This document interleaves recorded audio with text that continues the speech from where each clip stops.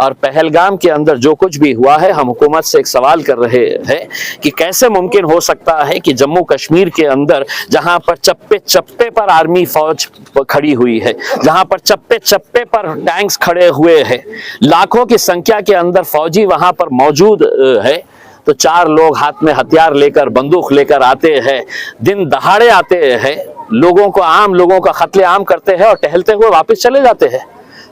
कोई इसके लिए जिम्मेदार नहीं है? क्या इसका कोई जवाब नहीं देगा कि ये कैसे मुमकिन हो सकता है करके? उसमें अगर वहां पर लोगों को जाने की इजाजत नहीं थी पहलगाम के अंदर, तो वहां पर फौज ने वहां पे रोका क्यों नहीं? आज आप जो बातें हमको बता रहे हैं कि लाखों की संख्या के अंदर वहां पर फौज है और हम अब मुंह तोड़ जवाब देंगे। मोदी जी, हम आपसे ये सवाल करना चाह रहे हैं कि जो लोग मर चुके हैं, वो किसी का बाप था, किसी का बेटा था, किसी की माँ थी, किसी की बहन थी, क्या उनकी जिंदगियां वापस आने वाली है?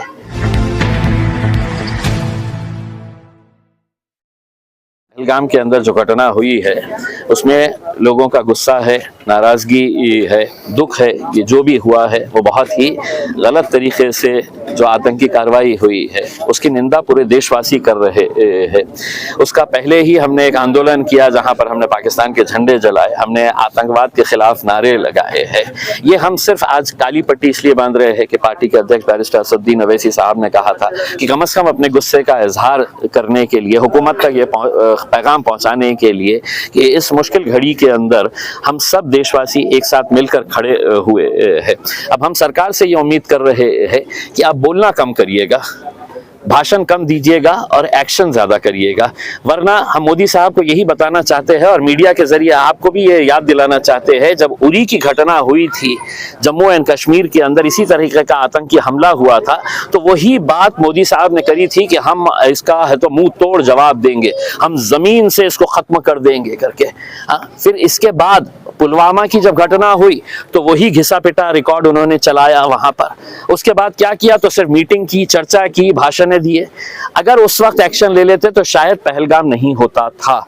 और पहलगाम के अंदर जो कुछ भी हुआ है, हम हुकूमत से एक सवाल कर रहे हैं कि कैसे मुमकिन हो सकता है कि जम्मू कश्मीर के अंदर जहां पर चप्पे चप्पे पर आर्मी फौज खड़ी हुई है, जहां पर चप्पे चप्पे पर टैंक्स खड़े हुए हैं, लाखों की संख्या के अंदर फौजी वहां पर मौजूद है, तो 4 लोग हाथ में हथियार लेकर, बंदूक लेकर आते हैं, दिन दहाड़े आते हैं, लोगों को, आम लोगों का कत्लेआम करते हैं और टहलते हुए वापस चले जाते हैं। कोई इसके लिए जिम्मेदार नहीं है? क्या इसका कोई जवाब नहीं देगा कि ये कैसे मुमकिन हो सकता है करके? उसमें अगर वहां पर लोगों को जाने की इजाजत नहीं थी पहलगाम के अंदर, तो वहां पर फौज ने वहां पे रोका क्यों नहीं? आज आप जो बातें हमको बता रहे हैं कि लाखों की संख्या के अंदर वहां पर फौज है और हम अब मुंह तोड़ जवाब देंगे। मोदी जी, हम आपसे ये सवाल करना चाह रहे हैं कि जो लोग मर चुके हैं, वो किसी का बाप था, किसी का बेटा था, किसी की माँ थी, किसी की बहन थी, क्या उनकी जिंदगियां वापस आने वाली है? और अब हम आपसे अनुरोध कर रहे हैं, अब बातें कम और एक्शन ज्यादा करिएगा। कल भी मीटिंग के बाद प्रधानमंत्री ने कहा है कि जो भी आतंकी और उनके आका है उनको सबक सिखाया जाएगा। मैं आपसे यही कह रहा हूं कि मोदी जी का ये जो स्टेटमेंट है, आप पुलवामा की घटना के बाद का उनका पार्लियामेंट का भाषण सुनिए, उरी की घटना के बाद का उनका भाषण सुनिए, उनका स्टेटमेंट सुनिए। वही बात उन्होंने उरी के वक्त में बोली थी, पुलवामा के वक्त में बोली है, और अब इस बार पहलगाम के बारे में भी उन्होंने वही घिसा पिटी बात कही है। सिर्फ आप जबानी खेल खेलेंगे या कुछ एक्शन लेंगे, ये देश देखना चाहता है।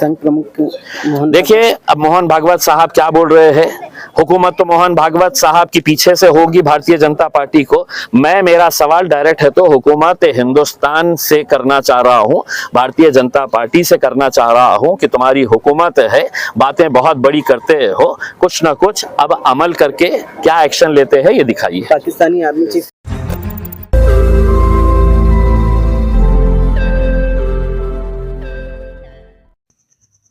रोज नई खबरों को देखने के लिए हमारे औरंगाबाद समाचार चैनल को सब्सक्राइब कीजिए और नोटिफिकेशन पाने के लिए हमारे बेल आइकन को दबाइए ताकि हर खबर की नोटिफिकेशन आपको मिलती रहे।